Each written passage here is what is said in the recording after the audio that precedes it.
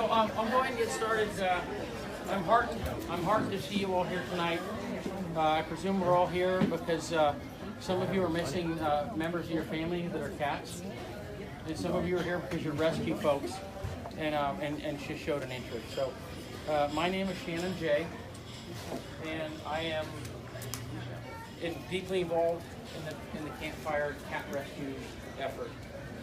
My background is I spent between the Tubbs fire, the car fire, and the campfire, somewhere north of 1,000 hours in the burn zone hunting fire cats, most all of it at night.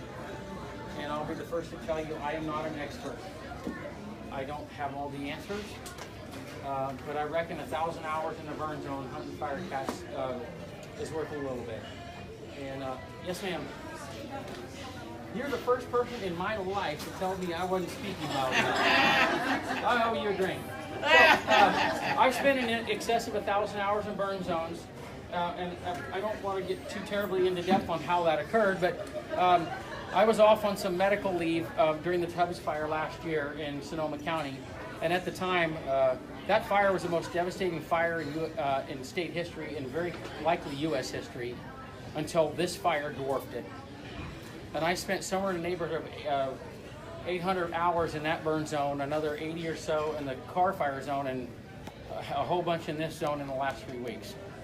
I'm a full-time career law enforcement officer with the National Park Service. I have 30 years on, and I happened last year to be off work due to a brain tumor and surgery and recovery.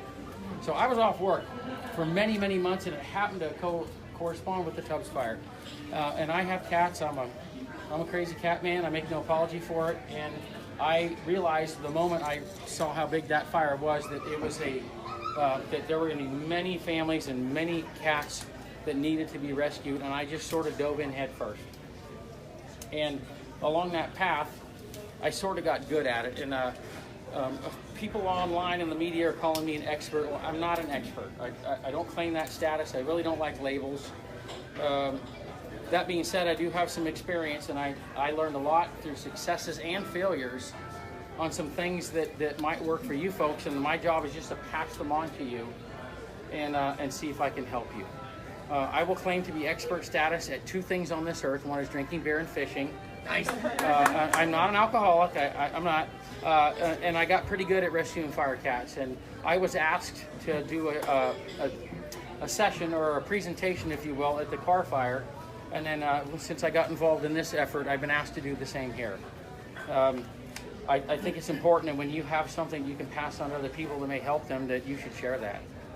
And so that's sort of the origins of my background. And I can tell you, can I ask maybe a show of hands how many folks are here because you are missing your own fire cats?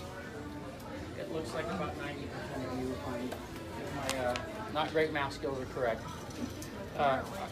And I would like to start by telling you that you all have lived, and I imagine a whole bunch of you in this room have lost your homes, and please accept my deepest sympathies. I lost a home when I was an infant, but don't remember it. But other than that, I have not been affected by this, so I don't know what you're going through, but I can only be empathetic to you and this dark path that is just a shadow of a cloud of darkness that has come over you. And if I can help you get your fire cats back, then I hope that could bring some light back to you. I really, is that any better? Be a little louder. Be a little louder. People on wow, I can't believe it. So that is what I wanted to do. I will tell you this.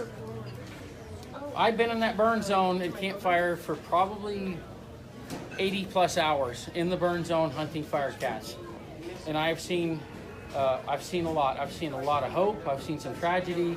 There are hundreds and hundreds and hundreds of cats in that burn zone waiting to be rescued. Hundreds. I rescued a critically injured cat. I burned cat on day 16. Last Saturday on the 23rd, I rescued a fire cat that was without food and maybe some water for 23 days. He probably lost well over half his body weight, and he is alive, and he is healing. And my segue into that is you cannot assume your cat has perished. It may have. The odds are that someone in this room, your cat didn't make it. Those are the odds. But I tell people this all the time, and I'm not blowing smoke up anybody's skirts. Until you find a body of remains, do not assume your cat has perished. Don't do it. Don't do it. You're making the biggest mistake you could possibly make. And I'll get into the why of that in a couple minutes, but the real deal here is that these animals, somehow they find a way. They just do. I have never, the number one reason that people do not get their lost animals back, cats particular, is because they gave up. That is far and away because they gave up. Yeah. And I'm not a pastor, I'm not a reverend, I'm not going to sit up here and preach the gospel. I'm going to tell you this though, if you take one thing away from this, you have a delivery to make, young lady. Yeah, for lunch viewers. Isn't that delicious? Logan's Roadhouse. I'll take them, thank you. You can have that. Jack. Sweet potato fries. So, that is the number one thing that it causes animals to never be recovered because the folks gave up. And it's a human thing. You haven't seen the animal. It was a firestorm that has never been seen before anywhere in this country. And it would be a natural inclination to go, I cut my losses. And you know what? We do that as a natural mechanism to protect ourselves. I'm just going to assume my cat's gone. I don't want to stress. I don't want to worry. I just have to come to the truth, my own truth, that my cat has not made it. And you can't do that. I have never seen an animal with a will to survive like a cat. And I'm going to tell you the quintessential example of that occurred to me last year on November 3rd at 2 o'clock in the morning in the middle of nowhere at the Tubbs Fire. I was driving down the road, and if you know much about that fire, it burned deep into country areas, and it burned right into a city where 12 square blocks and 800 homes are scorched or gone. And Paradise, in the areas I worked in the deep countries, very similar country, without so many conifers or fir trees and pine trees, but very similar.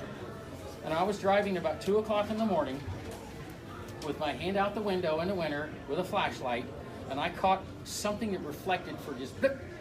It was that fast.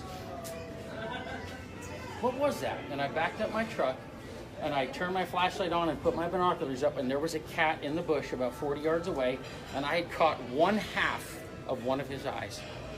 And when it was all said and done, it took me an hour and a half to rescue this cat, whose name is Brutus. And this was day 26.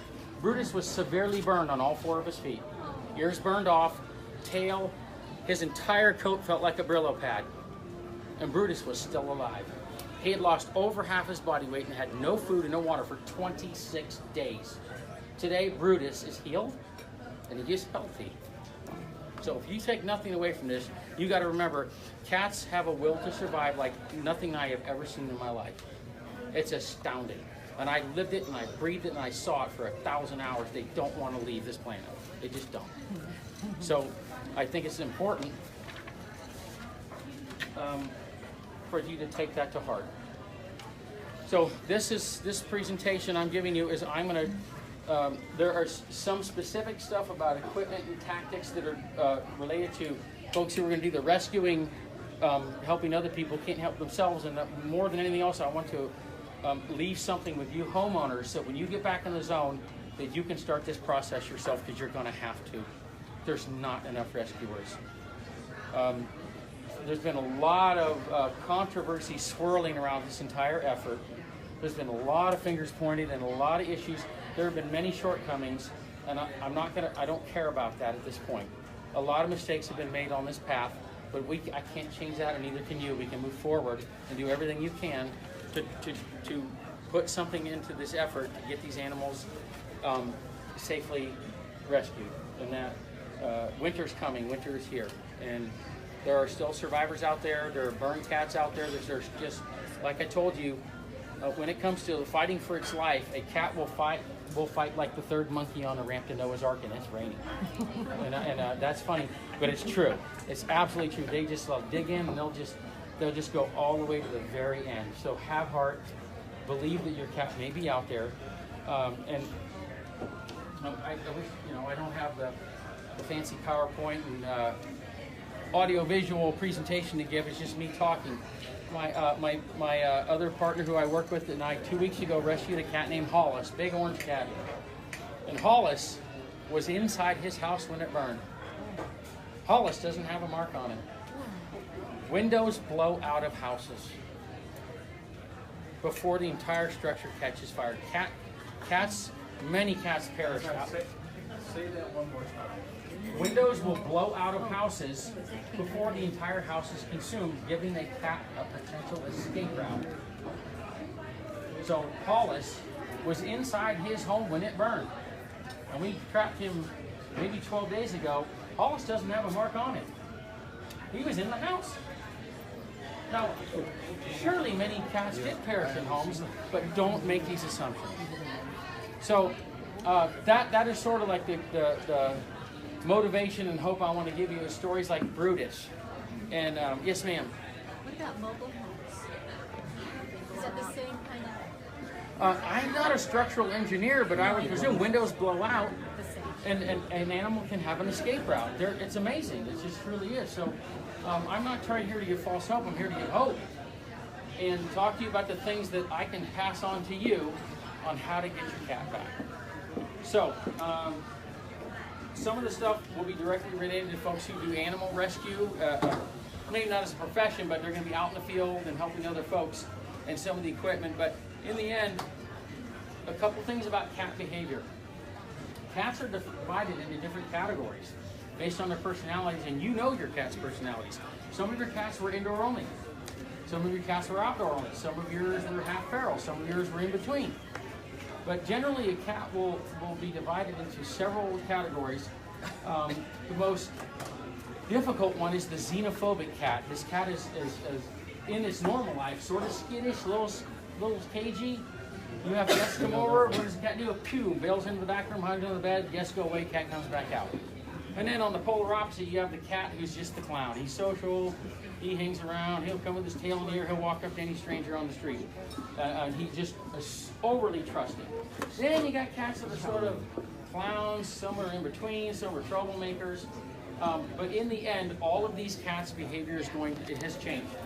Their behavior has changed. They are under extreme duress. They're scared out of their minds. Many are without food and water. Some of them are injured, and some of them are just malnourished and not thriving. And that changes their behavior. Now they've been displaced from their whole home, and everything around them is like, what on God's earth is this? Scorched, burnt, bare earth in every direction. And you're like, how the hell did they do it? They figured it out.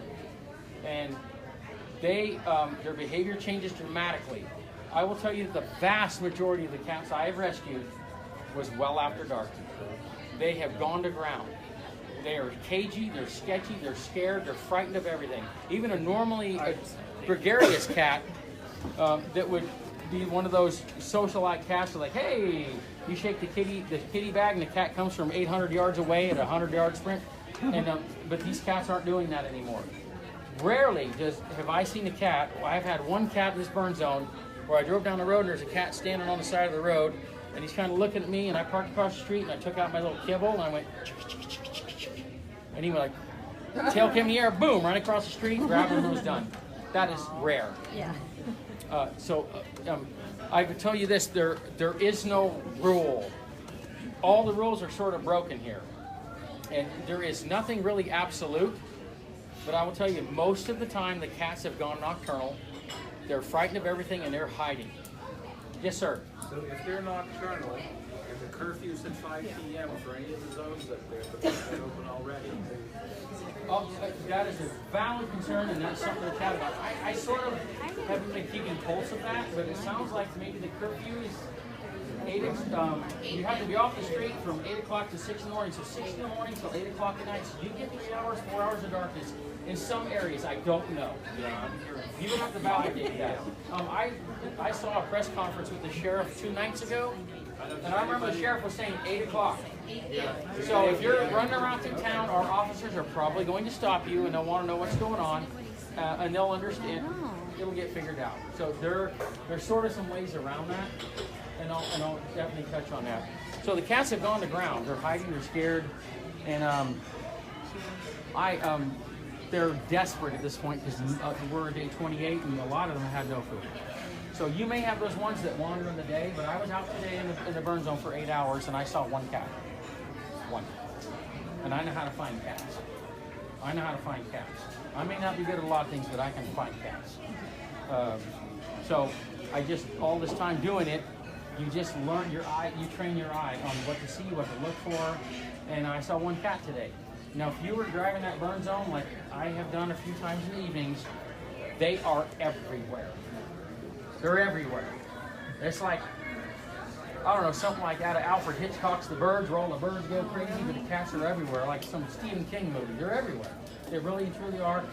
And so that is going to be the time that you are going to look for your cats. Now, when you get a chance to return to your properties and you have an opportunity to go there, you may have one of those cats when you drive up for the first time, your cat's sitting in the driveway waiting for you.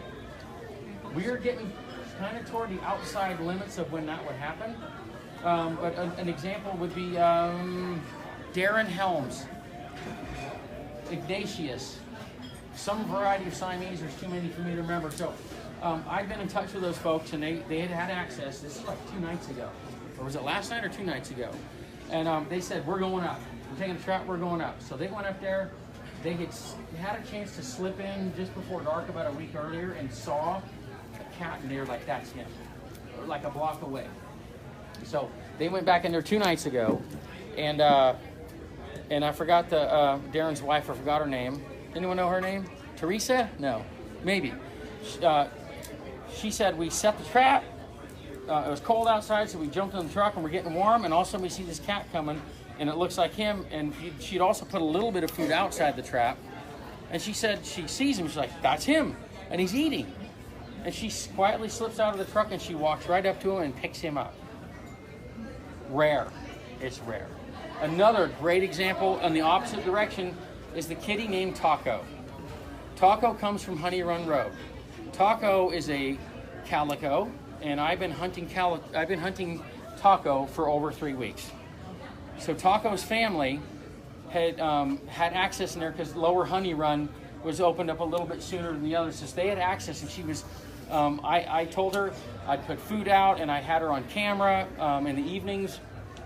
And so Sandy, about a week after I was there, because I got a real job and I live in the Bay Area. So in between when I was here, she sends me a message. She says, "Well, we've been up there every single night from late afternoon to the evening. We're calling, and she's not answering.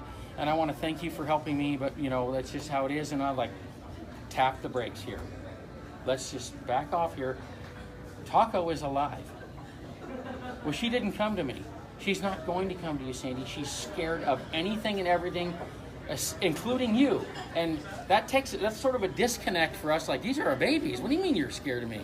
They are. They're frightened of you. So every time she went up there, she would sometimes be there for an hour or two. Nothing. Not a peep, not a sound, not anything. But I had my cameras in there, and I was seeing Taco's patterns as she would come out late at night when no one's around, and she was not going to come back to them. It just wasn't going to happen, because that's the norm. That is not an absolute, but that is the normal. 80% of cats are scared to death. So eventually, I set a trap for Taco. I'll get into the trapping stuff a little bit later, but Taco was reunited this morning. Taco's home. And so that's just another example. Like, you might have that cat, they're like, oh, hey, how's it going? And I had a couple of those at the Tubbs fire. These cats were seemingly completely unaffected, despite scorched bare earth within 3 square miles. And they're like, hey, I'm just out hanging out. I'm like, okay. But it's rare. It's rare, so don't expect your cats to be there. Be hopeful. So what the first thing you need to do when you get home is get food and water out. Now, you may come home and there's already food and water out, because I know there's this bombardment of several Facebook pages with lots of animal listings, and there is some congruity to it, but there's also some incongruity. So some are on some page and not on the other. So you very well may have addresses where someone at some point had put food and water there. So the number one thing you need to do is get some food and water in there. And I'm going to tell you about, if you just leave a bowl of kibble, kibble doesn't smell very much. And a cat has incredibly acute senses. Incredibly. Their sense of smell is many-fold what a human's is. much less than a dog, but it's powerful. They can smell stuff. I mean, I can't tell you how many times where I dropped a little nugget of kibble on the carpet that blends in, and the cat finds it in like 3 seconds. Like, they just have good smell, but they cannot smell that kibble from very far away. So here's what you need to do. I'll take a bunch of old rags, a bunch of t-shirts, just snip up an old cloth. I like dark colors. And I'll go to the dollar store or grocery outlet and buy canned mackerel, $1 a can at the dollar store. Open that up, pour it into a Tupperware, and make what we call chum rags. And you hang them up above the food, and they will broadcast that scent for incredibly long distances. And that's how you draw those cats in. Now, I know people that say, nah, I don't use that, it doesn't work. I'm like, if it takes you 5 extra seconds to hang a chum rag above the food, and I'm here to tell you, 1,000 hours doing this, it works. It works. It'll bring those cats in from a long ways away. Not necessarily yours. Maybe not. And this is the other part too. If you were able, at some point we'll talk about technology and trail cameras in a minute. But there's, I rescued another cat last night named Dart, who went back to his owner this afternoon in the parking lot here. And an hour after I trapped Dart, my trail camera, I have a special kind of camera I'll talk about later. And again, you don't need this high crazy technology. You use basic stuff and that's all you need. But within an hour of me rescuing that cat, I had trail cam footage on my phone of 5 separate cats that were there within 45 minutes after I rescued that cat, because I put chum rags out. It doesn't take you anything and it's cheap. Do it. Now be prepared if you go out and do this, especially if you're doing rescue work, you're gonna smell like mackerel. It's like lint or cat hair. It gets on you and you can't get it off.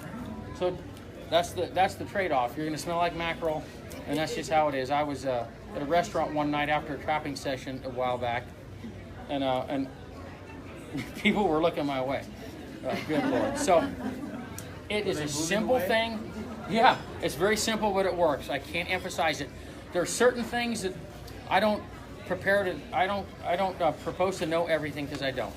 But I will tell you, if there's one absolute, if you use a chum rag, it will exponentially draw cats in, probably your own.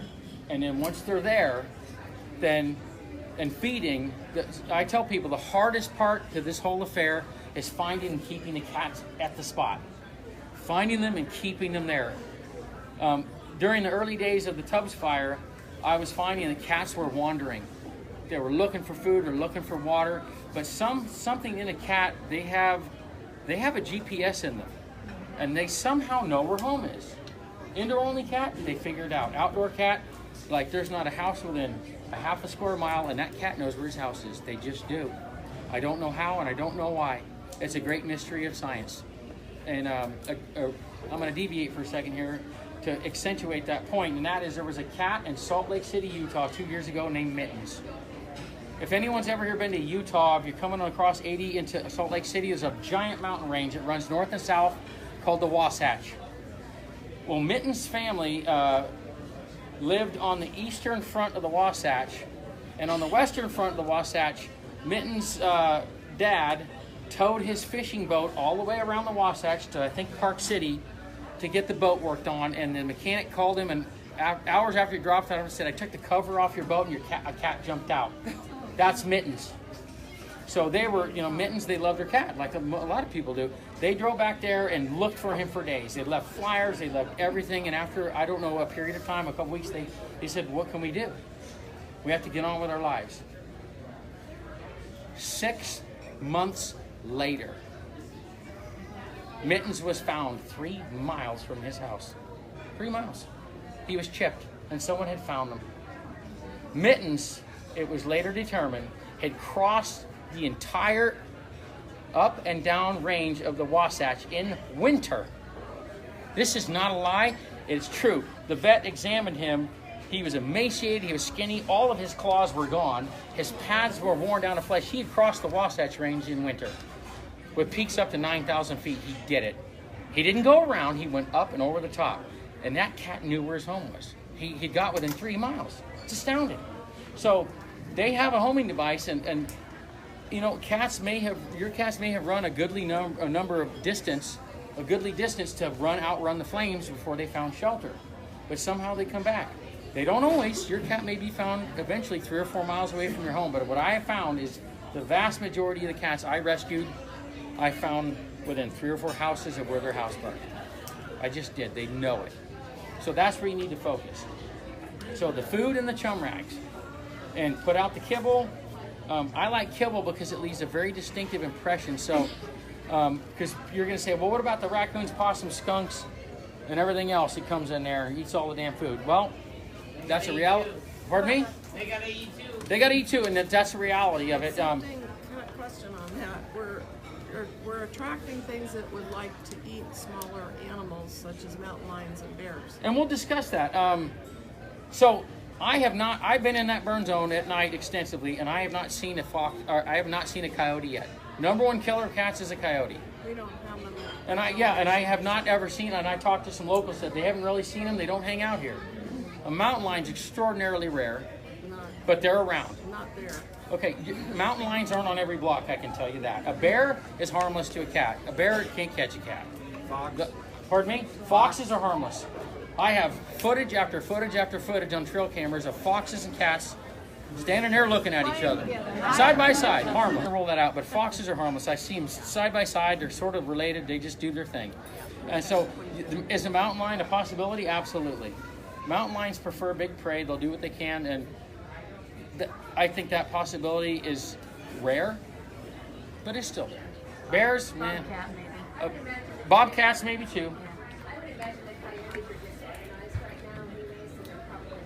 Yeah, and for those of you who live here, I don't live in Paradise, but I talk to a lot of people, and I have not seen a coyote. I haven't seen a sign of a coyote. So I don't know if they really prefer these areas so much. So Coyotes are lower elevation. yeah, they're not in the conifer forest so much. They like they like the lower elevation. The So mountain lions are But I quite see them over mountain- on the Feather River side. yeah, I've heard there's a healthy mountain lion population in the area and bears. I've not seen a bear. I've not seen a sign of a bear, and I know how to find lions too. I've seen 7 mountain lions in my life, 7. And so anyway, they're present, but 99% of the time you wouldn't even see one because they're just so cagey. But it is a concern, a small one. So set your food up. Chum rag, critically important. And get a bowl. Put your kibble in there. Hang your chum rag. Maybe a little bit of wet food. And you're like, well, if you don't have a trail camera, and you may not right away. Cats will leave a very distinct impression, a pattern in that kibble. It's very distinctive, and it's like a scoop. So if you have a bowl, it's going to look like you took a scoop of ice cream out. It'll be a concave depression. That is a cat every single time. Every time. It's not a skunk. It's not a possum. It's not a fox. It's not a raccoon. It's a cat. Raccoons will make a mess out of everything. They flip bowls over. There's dirt. They wash their feet in it. They take a bath. They're a mess. You can tell them, you can look, yep, raccoon was here. That doesn't mean a cat wasn't there before it, but a raccoon, so if you don't have the technology right away to buy a trail camera, you can look at that impression and go, that is a cat. Now, what do you do about that? One of the fairly, I would call it affordable, and that term depends on what your income is, but you can go down to Dick's Sporting Goods around the corner and buy a trail camera for $40 or $50. All right? Now, trail cameras, like anything else you can buy, a trail camera is like a car. You want a Maserati? Or are you going to buy a 68 Volkswagen 4-speed? Right? It will get you to where you need to go. Right? You don't have to buy a fancy trail camera. I have some pretty fancy trail cameras because I spend thousands of hours doing this. And they do certain things for me. And I'll talk about that technology later. But you can go down, and I stopped in Dick's before I got here for the express reason to see what they had for trail cameras. And every model of trail camera they have is on sale. They're pretty simple to operate, and I think they had them on sale from like $49. So maybe like $49 or $39 up to $150. All of them like $30 off, $50 off, whatnot. So a trail camera is a vital tool. Is it critical? No, but it's an important tool. You can put that trail camera and set it up, and when it comes to technology, I'm sort of like a monkey trying to drive a bus. I'm not like, well, I don't know how to do this. So but even I can set up a trail camera. It can be done, and I know all of you in here probably got nieces, nephews, and children who know all this stuff, and you say, feed it to them, fix that, make it good. So you have to buy good batteries, buy an SD card, maybe 4 gigabyte, program the camera, not that fancy, set it up. And what it does is it'll take pictures or video, depending how you set it, of anything that crosses that infrared beam. And you set it up, I'm sorry, I'm going to smash you in the face. You set it up can everyone still hear me okay? You set it up anywhere from 3 to 5 feet away from your food station, and just set it up and monitor it. Check it the next morning, the next day. If you can't come to the property for 2 or 3 days, it'll keep going. And you set it up and you review the footage. You come back and you, some cameras will have a viewing screen built into them, and others do not. And so you have to get a reader, and if you have a smartphone, you can go to Amazon or even like Dick's Sporting Goods, and you can get a little tiny card reader that you plug into your iPhone or your Android, and then plug the chip in, and your pictures will appear on your smartphone. And then there's also, talk about some other stuff later. If you want to buy something a little fancier, they have like standalone units that are card readers. And you go through the footage and you see what the cat's doing. If you set it up far enough away, you can see how does the cat behave? Where does it come from? Where does it go when it's done? And it gives you an opportunity to kind of see what's going on for a couple days. And then you can just set a trap. It can be very complicated, or it can be very straightforward. I've had rescues where I saw a cat, I'm gonna put a trap out. Put a trap out, drove away, 30 minutes later, cat's in the trap. And then I've had the cat that it took me approximately 70 hours of in the burn zone on this cat only to get him. 70 hours. I hope it doesn't take that long. Question. Pardon me? Question. What do you recommend for mounting the camera on if everything's burned down on the site? I put them right on the ground. Really? Right on the ground. Okay. Just stand it up and put it right on the ground. A lot of them will come with a strap. If you can strap it on a tree and kind of angle it down, and that works too. But typically, I put mine on the ground, and if there is a reason for, yes, ma'am? Can you talk about how, the importance of a cable lock as well? Because the looting that goes on up there in the burn zone. Those of us who do this a lot have all had people steal our stuff. Yeah. It's frustrating. So if you can afford a cable lock, a lot of these cameras will have a hole through the back, and you can slip a cable around it and put it around a tree. It's but less than $20. But if you can, you can. If you can't, you can't. Yeah, you may not have anything to attach it to. You may not have anything to attach it to, and so I just put mine on the ground. I try to disguise them so nobody can see them in case somebody does show up. But the reality is, it's a possibility, not a probability. So I wouldn't get too spun up about it, but it's something to think about if you're able to have some extra security. So again, if you can't afford a trail camera, get that food in there, get the chum rags in there, and then see what the pattern looks like. And one thing that's real important is if you're going to set a trap, be prepared that you may catch a cat that doesn't belong to you. It's going to happen. What are you going to do with it? Something you'll have to decide on. If it looks healthy, I will tell you this: I have trapped several cats in the burn zone in the last 3 weeks that were they were in islands of green. One particular place off Camino had duplexes, and like 90% of the duplexes were standing. There was green grass. It was all good.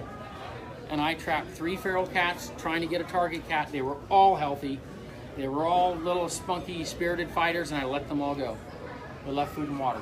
I'm not going to subject those feral cats to go into a system that they may never come out of. So they were thriving, they were fine, they had good coats, and I let them go. And that may be a decision you have to make. So the thing is you got to be prepared to, this may take a while. And the trail camera is a really good tool. It tells you if the cat's a little reticent to go in the trap, and some of the things you can do to entice it. And it'll just kind of let you see what's going on. And all I can tell you is don't give up. You know, I've had people where I help coach, and they put traps out for a week, 2 weeks, 3 weeks, nothing. And all of a sudden, week 3, week 4, cat showed up on the camera. Holy moly. All right, so those are some things you can do that'll help you.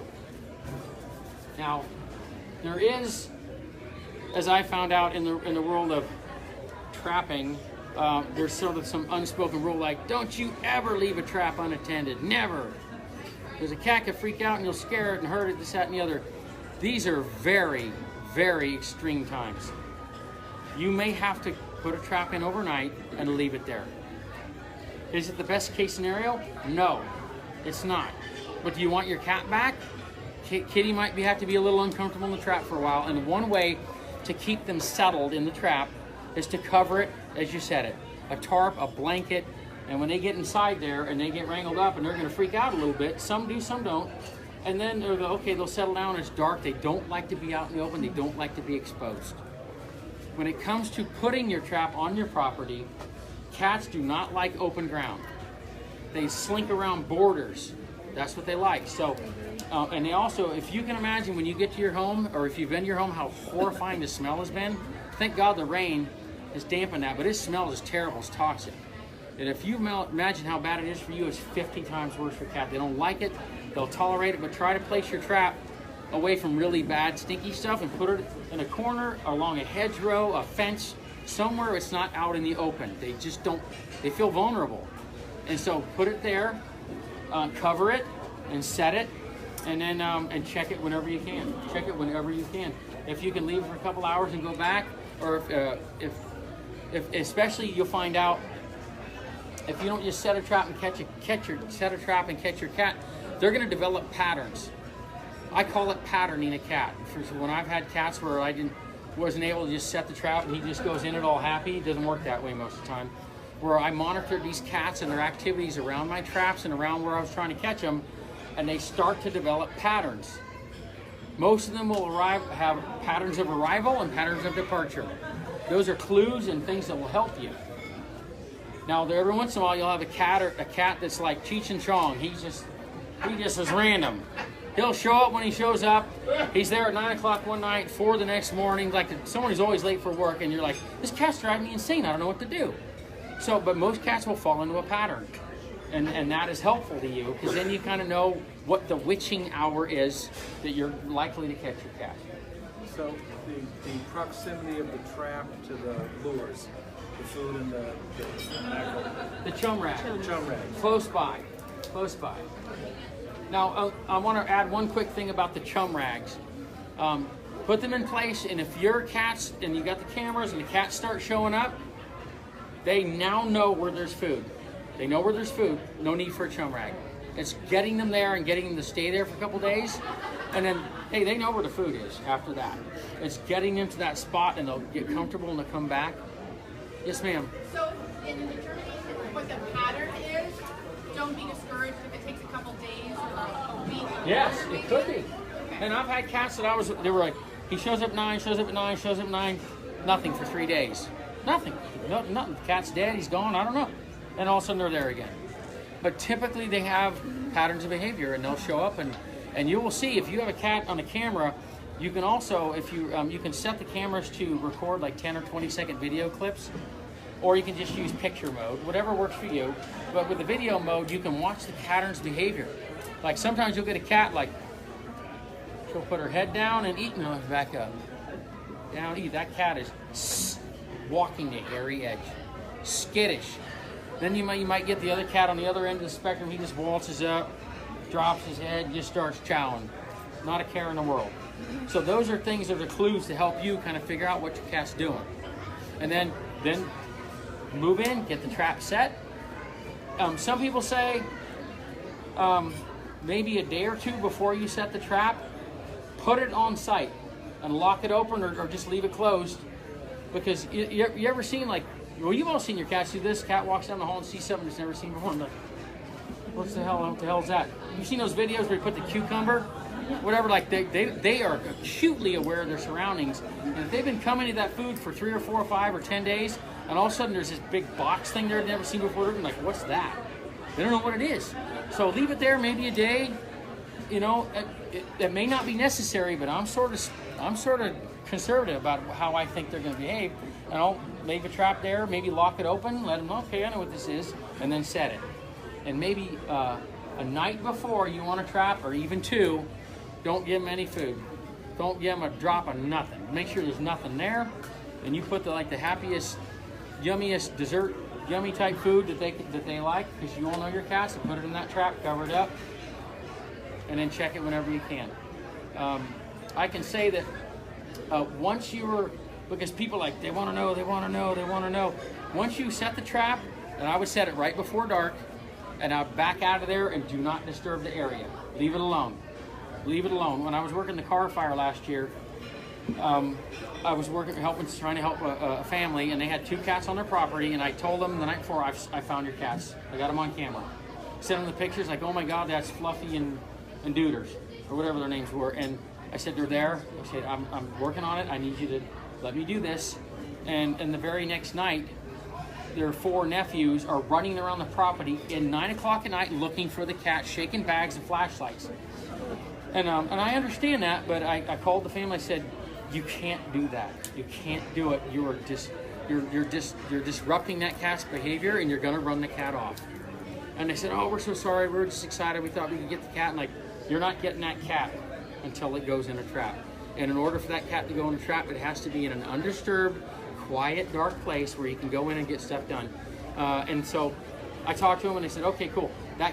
Those 2 cats did not show up for 3 days. They didn't show up. They went, oh my God, I'm scared to death. And then they came back into a pattern, and eventually they were captured. So try not to disturb your property. How do you catch 2 at the same time? I don't. There are some people, like for instance, this property last night where I caught Dart, within 45 minutes, 5 separate cats when they're eating. And some people will set 2 traps at once. I've never done it. I've heard people with a lot of experience, more than me, say, oh, if one cat's in the trap and they get a little excitable, the other cat's going to go, well, I'm not going in there. You're all. But sometimes it's 2 cats, 2 traps. It does work. And again, no absolutes here. There's no no general specific rules. So it's a trial and error thing, but you got to be patient. Keep the food up, keep the chum rags up, use your trail cameras, and understand that these cats are scared out of their minds, and they want to be home, but they're just skittish. They're skittish. When you're there and you're walking around and maybe getting things set up, is it better to keep quiet, or is it better to talk? That's a great question. There's been a lot of subject on this, people chatting, that some people, and I don't, where I've had no luck, where I'll have a family come in and say, I want you to just pull up in the evening before dark, sit in a lawn chair, and just talk. Your cats know your voice. A cat can hear a normal human conversation from approximately 180 yards away. Approximately 180 yards away. No, I didn't sit there with a megaphone, but people a lot smarter than me have researched this. So their sense of hearing, their sense of smell, their sense of anything is unbelievable.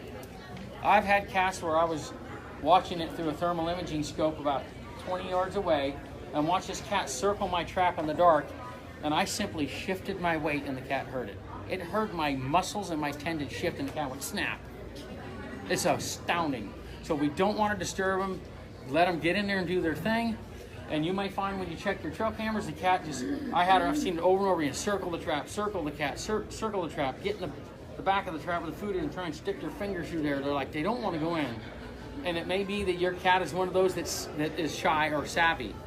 There are remedies for that. I will tell you this, anytime I had a cat on a property that I had it patterned and it was there and it stayed there, was coming to the food, no cat has ever gotten away from me, ever. And I had them like, nope, not going in the trap. All right, I'm going to get you my super secret squirrel food.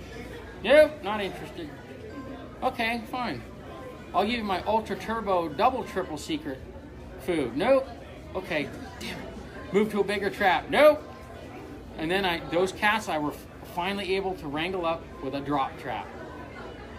A drop trap. You remember when you were kids and you'd be in your front yard and you'd get a cardboard box with a stick and a string on it to catch birds and stuff? That is a drop trap. It is made for that. It's about 3 feet square, iron mesh, or not mesh, cage mesh with a top on it, about 14 inches tall, and it has a rod that angles down and you can attach a rope to it, or you can attach a remote trigger. I happen to have one of those. I didn't bring it with me today because I think unless you're doing professional or not professional, because I'm not a professional, if you're doing this a lot and you run into trouble, you may have to bring in the big guns, and that's the drop trap. And I've had cats that are so tuned in, I've laid in the dirt, scrubbed myself with juniper bushes, and laid flat, and that cat still knew I was there. I didn't move a muscle. I about peed myself. and they know you're there. So I was like, okay. They can smell A you. remote trigger can be triggered from I trapped a cat once from 195 feet away. I watched him through a thermal imaging scope. I watched it for an hour. And the cat showed up, he slunk under there, and I went, bing, dropped over it, and it was done. That's extreme. Those measures don't have to be employed that often. If your cat won't go in the trap, you know, sometimes they'll just dig in like an Alabama tick. And other times they'll just, all right, I'm hungry, I'll go in. Yes, ma'am. They'd be more likely to go into a trap if they had a blanket that had some of their hair and smell on it, or some of your clothing with your smell on it. Would That they has been possibly be? a subject of discussion many times. I don't know the answer. Can it hurt? I would say it can't hurt. Now, when people, there's many things out there on the internet, and I call it kookery. There's a lot of kooks out there to come up with stuff. I've heard everything from litter box to leave your dirty panties outside, and that'll bring them in. All manner of stuff, and the dirty litter box, you know, put your t-shirt out. And to my knowledge, no one has ever proven that's effective. So in that case, I probably wouldn't waste my time putting my dirty panties out and let the neighbors see what my lingerie is. So you do what you think's best. But I don't know about boil it down to what is it going to take to get my animal back. So another thing about the traps, cats don't like to walk on mesh. The cage mesh material at the bottom of your trap, they'll do it. But again, there's no absolute, and every little thing you can do is adding to the probability you're getting your cat back. And some things like, well, that's just silly, that's kind of dumb. It all adds up. I'm telling you from doing this, it adds up. I liken it to putting nails in a coffin. And that coffin, and once it's sealed up, represents, it's a silly metaphor, but my cat is the rescue of my cat, and every little thing, extra tactic I can use, every little thing I can employ is putting a nail in that coffin. Until you get enough nails in the coffin, and it's sealed, and it's game over. So little things can make a difference. The chum rags, lining the trap with some cardboard, or a piece of carpet. Little things that, is it going to make a huge difference in the end? It might. Yes, sir. We've been in the area for a while. What if they don't let us back into our area for another week or 2 weeks? I mean, it's already been a month. I know. I know a lot of us have thought about sneaking back in, but I'm worried about the penalty because I've heard about people getting arrested. I'm getting pretty sick of this. I can tell you this. If it was me, I would have gone full-blown Rambo, and I would have snuck in there under, and I know how to hide from people. I do it for a living. And I can just tell you, I feel you. I feel you. And you have to make that decision yourself. And if you did, I wouldn't fault you. I wouldn't do it. About 20 seconds of how did you start doing this? Well, about close to a year before our fire, Tubbs fire, which happened on October 8th, I lost my indoor-only cat, and one of my cats, and he'd never been outside, and I lost him. He got out, and he vanished without a trace for 13 days. Not a trace. And it was hell on earth for me. And I have a taste of that. So I feel where you're at. You're like, my God, we got to get in there. We got to get in there. We got to get in there. Until you can, you do what you have to do. You know, I'm not going to tell you to go in there and knowingly break the law because I do this for a living. You don't want to do that. No, but if I'm asking, is there even any chance? I don't know because I don't follow a lot of that, but I keep hearing the zones, like zone this and zone that. You can go in. There's a curfew from 8 at night to 6 in the morning. And I know a couple days ago there was a community meeting on Tuesday maybe, or last night maybe, with the sheriff and the Paradise Police Chief and the Butte County Sheriff. They talked about this, and they're doing everything they can. I can tell you that huge progress has been made in that burn zone. I was in there on day 5, and it was in every sense a war zone. The parts per million on the smoke was like 700, and 260 is considered really unhealthy. And it was literally, you couldn't see 50 feet. The first week I was in there, I had no idea that when you drove up Skyway, there was this big giant canyon.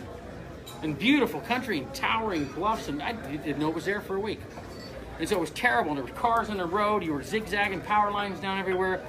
And it looks dramatically different today. So the point of there is I believe they're I believe such good progress is being made. They're getting all the hazard trees out of the roads, and it doesn't look like the same place. There were traffic lights working today on Skyway. I couldn't believe it. So I can just tell you that there's so much work going on there, and they're trying to get the bulk of it done to make it safe for the residents to go back. I just know a little bit about that, and I'm hearing that the sheriff is really trying to push and get people in there as soon as he possibly can, and you can start doing the work. And it's tough. It's tough. I know. My heart is with you all, and myself, and especially when other rescuers are allowed to get in there, we're going to be helping. We're going to be helping. But there are so many cats and so many residences that and please share all this with your friends and family who have cats. Spread the word and just go in there and start helping each other and do these things. I was one of the first responders at the shelter, and I dealt with a lot of organizations. Are you Joy? No, I'm Heidi. I know your name. Yeah, but I was involved very early on, and I was pushing for documentation and digital images to get out to the public in the very beginning. And I got a lot of, I damn near got arrested. So, I did. It was approved through NAVDAG, but it was a real obstacle. And I know. And I'm curious. Trust me, I have lived it and breathed it and swirled in the controversy for 3 weeks, and it's disheartening, but we can't change it. And you can push the public officials, like, let us in there. But so are they letting? If you were, I know people that are really volunteering in the queue. Could you rally and get in there? I will tell you this: I am able to get in because I'm a sworn law enforcement officer. They know I'm not eluded, and at this point, I am not able to bring other people in with me. Do you need some deputies? Pardon me? Do you need some deputies? Do I need a posse started? Yeah, let's throw you all in right now, damn it. So it's crazy making. It's not. There's no smooth. It's not smooth out. It's not. Even a lot of the other folks that were working with NAVDAG and some other groups, they would have hit and miss. I know I was working with another group of what I call Merry Misfits about 3 weeks ago, and we were getting in, they were getting in, they were filling out tickets and rescuing animals and getting them to the vet when they needed, getting them to the airport and getting them in the system. And then, again, I don't want to go in too much about, because it doesn't do us any good. I could sit here and rail. I could tell you stories that will curl your toes about the stuff that has gone on that shouldn't have. But we can't change what happened. All we can do is, like, let's get in there when we can. I agree with that. I know. Yeah. To be honest with you, one of the best volunteers or rescuers was a gentleman who showed up, and I said he would bring in a horse trailer full of, he had seven or nine cats, 2 goats, dogs, puppies, and I said, and I looked at him, I said, how are you doing it? And I said, I think you need to the organization. And he said, no, he has collected that. He says, I want you because I work with you, because I told him. Yeah, I ran into a resident today. He works for he's a tree guy. He's an arborist, and he has all the stuff. And I said, "Oh, you working with?" He says, "I just sneak in here." I met him at his house today while I was trying to put some food out for his neighbor's cat. So I don't want to talk about rule breaking. You do what you see best. I'm not going to advocate. I'm not advocating that you go break the law. If somebody did surreptitiously find their way into their home, that's all I'm going to say about that. And I understand your great frustration and your great stress and anxiety that get us in there and let us get our animals back. So, real quick, we're talking about other groups already up in there, moving around. How do we avoid collisions? I'm trying to do something looking for mine, and maybe you're in that same area. There's next door trying to find their another great one. There's going to be some growing pains with this, where people are going to be crossing paths, and I've seen this in both the previous fires I worked, where I'm targeting a cat at a location, a known cat with a family, says we want our cat, and then people are sprinkling food stations or bait stations all around it. I'm like, if a cat's got a smorgasbord at his will, he's not going in the trap. So it becomes one of those things where there's going to have to be some organization once it opens up and everyone's allowed in, and just go with that. And I understand. So what should we do if we get to our property and there's already a trap there, or there's already food, or there's already water, or there's always the chum rags? Yeah. You're probably not going to find chum rags because I'm about one of the only few people that does it. But what I would do, I know in the past, NABDAG, I'm only working on properties myself, the people who, or I have their addresses and I'm in contact with those people, so they know I'm there. But if you find stuff there, then what I would do, I think the best practice would be, obviously don't steal their stuff, but if there was a trap, close it. There may not be. If there's a food station, remove the food and leave a note.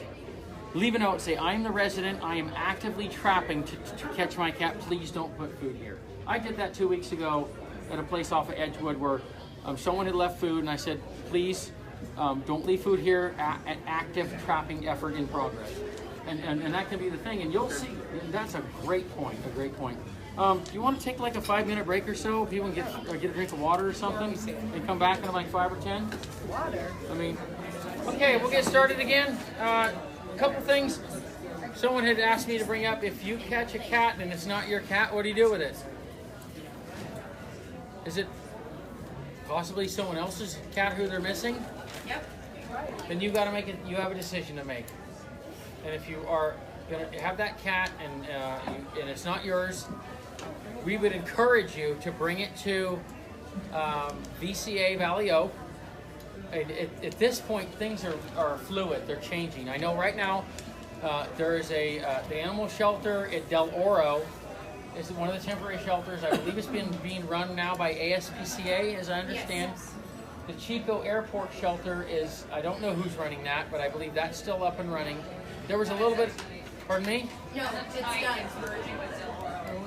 It's merging with Del Mar. Okay, and I've heard they're going to try and find one place to put the animals. In Oroville, the old dealership is where they're moving a temporary 60-day shelter. Try to consolidate. Yeah, that's But exactly that's what where they're you'd bring them. And if it's real important, they're going to need to know, because you may be helping another family. Where exactly did you get that cat? Your address? And what date? Take pictures of it.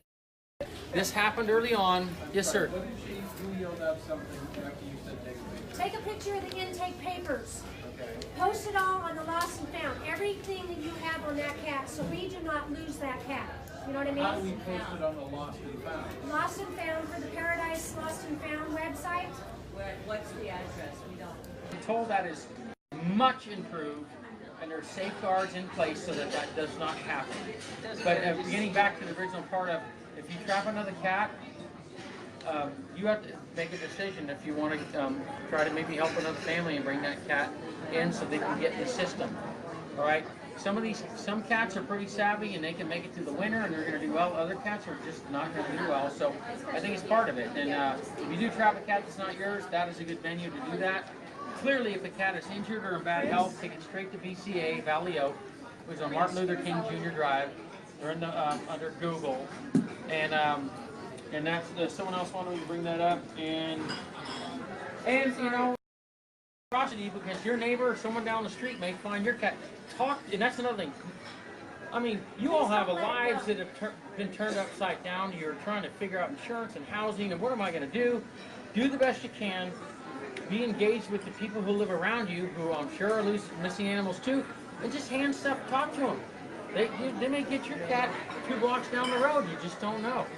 So real quickly, if you'd like, I can go over a little bit of equipment stuff, and it's real straightforward. So I brought 3 traps. Is anybody here just has never messed with these before or not familiar with them? Raise your hand if you're not. Okay, so once you are, they're not that complicated. So I'm going to show you this one here. That's a standard trap you'll buy. This is about a normal cat-sized trap. There's that fat, I call that the fat cat trap for cats that aren't necessarily. So how this works is you raise this bar up. And all traps work differently. This one is made by one company, but they pretty much work the same. So you see this plate at the bottom? once you set the trap, what you do, put your cardboard in, put the food in the back. This one's kind of nice because the mesh is too small for little Felix to get his little piggies in there. So if he wants the food, he's got to come in the trap. And when they walk in and they step on this trip plate, the trap, they're secure. This type of trap is pretty secure. It's not a lot of bells and whistles. This is this one costs about $60 or $70, and then I have a cheaper version of that because I know money's money, and I've rescued a lot of cats. This is a Volkswagen 4-speed 68 trap, right? I have Ferrari traps in my truck that are much bigger and cost more money. They're heavy duty because they get used forever. This will work just fine. It works just like that other trap. You can buy it at Tractor Supply for like $28. $28. No bells and whistles. Now, I will tell you this. Let's talk about trapping. At some point, some of you are going to encounter a raccoon or a skunk. Or a possum. Move slow. Talk to Mr. Skunk. And gently drape the trap. Gently and in slow motion with a blanket. Something hopefully this thick. And keep it very quiet and mellow. I mean like this, and you will not get sprayed.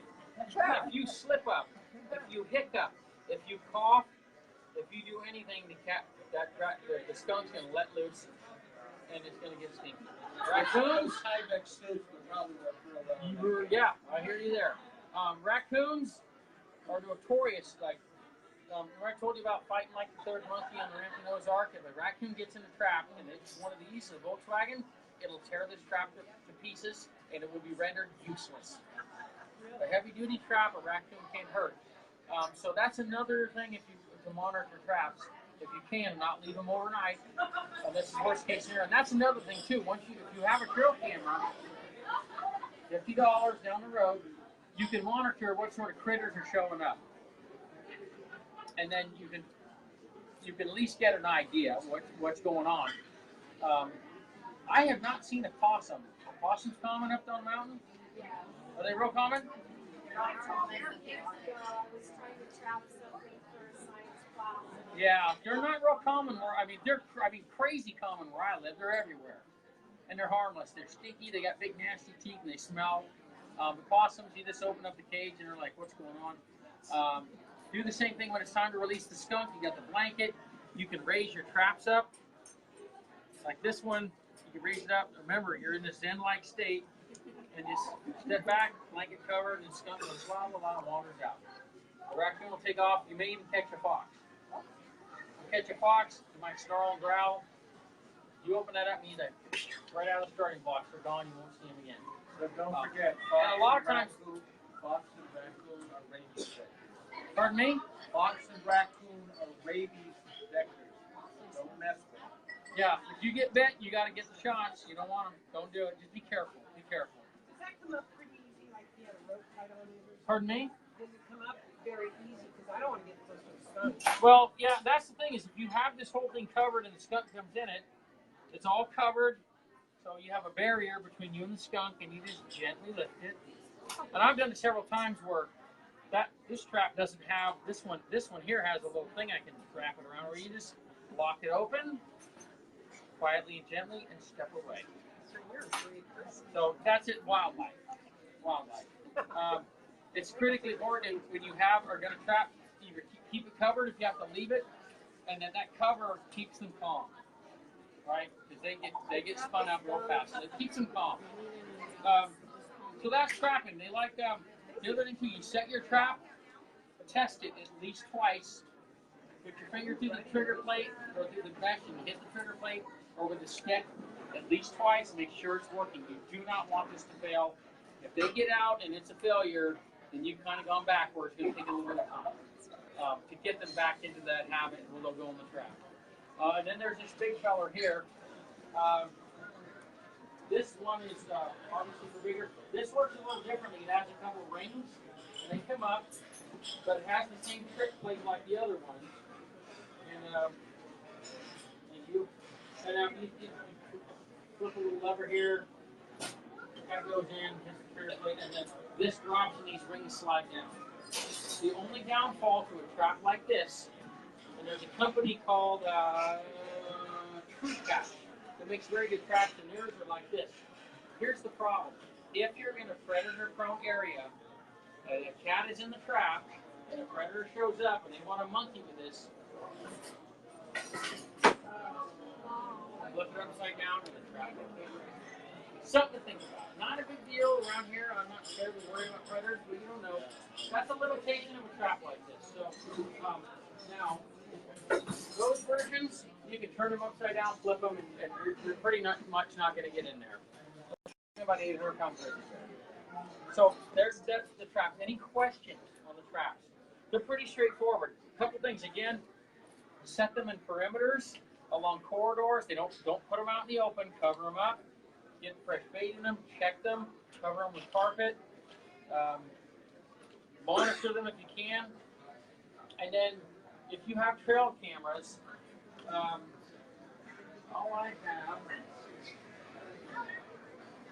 have a special kind of camera, and this is for those of you who would be rescuers, people who have experience doing this. If there's any way you can get a hold of this kind of trail camera, it's a texting trail, it's wireless. So I can set this, and as long as there's a signal on this and a signal on my phone, this will send me pictures in real time from where I have this set up on a trap, on a bait station, and it'll tell me what's going on right now. In fact, I rescued a cat from a residence last night, and I have a texting camera there right now, and while we've been sitting here talking, that camera has been sending me non-stop pictures on my phone. I have 45 pictures. You see all the cats. It tells you the date, the time. This is all tonight. These cats are showing up, and I can see what they're doing. I can see what they're going on right now. Whether I don't have a trap set up there, I just have food, and I can see what's going on. This is ultra secret squirrel high-tech stuff. You don't need this. You don't need it. I've had I spent a lot of money and had people help me so that me doing this, where I may be trying to monitor 3 or 4 traps a night, and I can set these up, and I know what's going on right now. You do not need this, and I'm not trying to impart this on you, but this is some of the technology that's out there.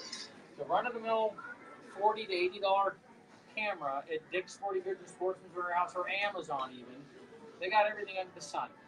Get it, play with it at home a little bit, set it up, and it'll work just fine for you. You don't need this fancy stuff. Now, something, especially for those of you who are going to be doing this rescue in the burn zone, I have never heard of someone doing this. I'm sure someone has, but a large part of my career has been spent hunting human beings in the woods. Mexican drug cartel, dope growers all around California. I've hunted them for years. I know how to hunt humans, and I use technology that helps me and the people I work with do that. And one of the tools that I started playing with last year at the Tubbs Fire that turned into my most important tool. This is a thermal imaging optic. It's not night vision. Night vision enhances whatever ambient light is there, and it's very limited on how to find cats. This detects heat signatures. Anyone watch that movie Predator with Arnold Schwarzenegger? Remember that creature? It saw in thermal. You saw that. Remember the thermal? And it had that big gun on its shoulder. It saw in thermal imaging. And that's what this does. So I have used this, and I have found, I cannot tell you how many cats I have found with this scope.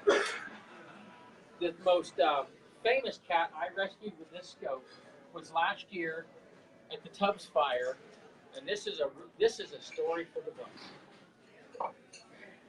I think the day after Thanksgiving last year, actually the Thanksgiving, I was out in the burn zone at 2 in the morning in an area called Fountain Grove.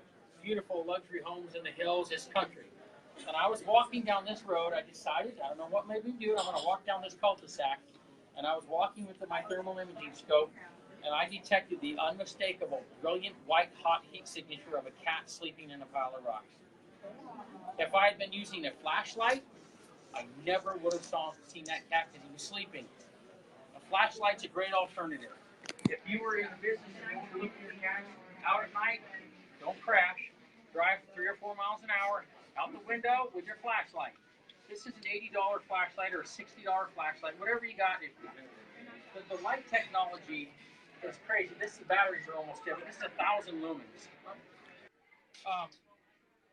The thermal camera you can buy on eBay, on Amazon. You can buy them anywhere.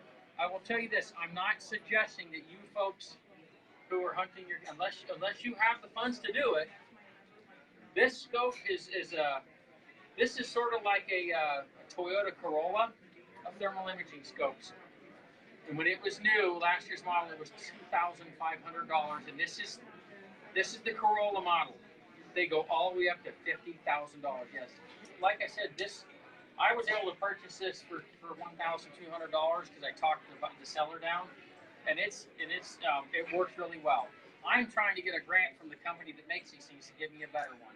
But what this does, and this works because if it's really cold outside and everything's cold and the cats are warm-blooded, and you will find they're sick, you will see them. You'll see them. And the last few weeks I've been up here where it got really cold and it was raining, and I probably located 50 cats with this in broad daylight. You will not see them. They're camouflaged. They're burned. You can't see them.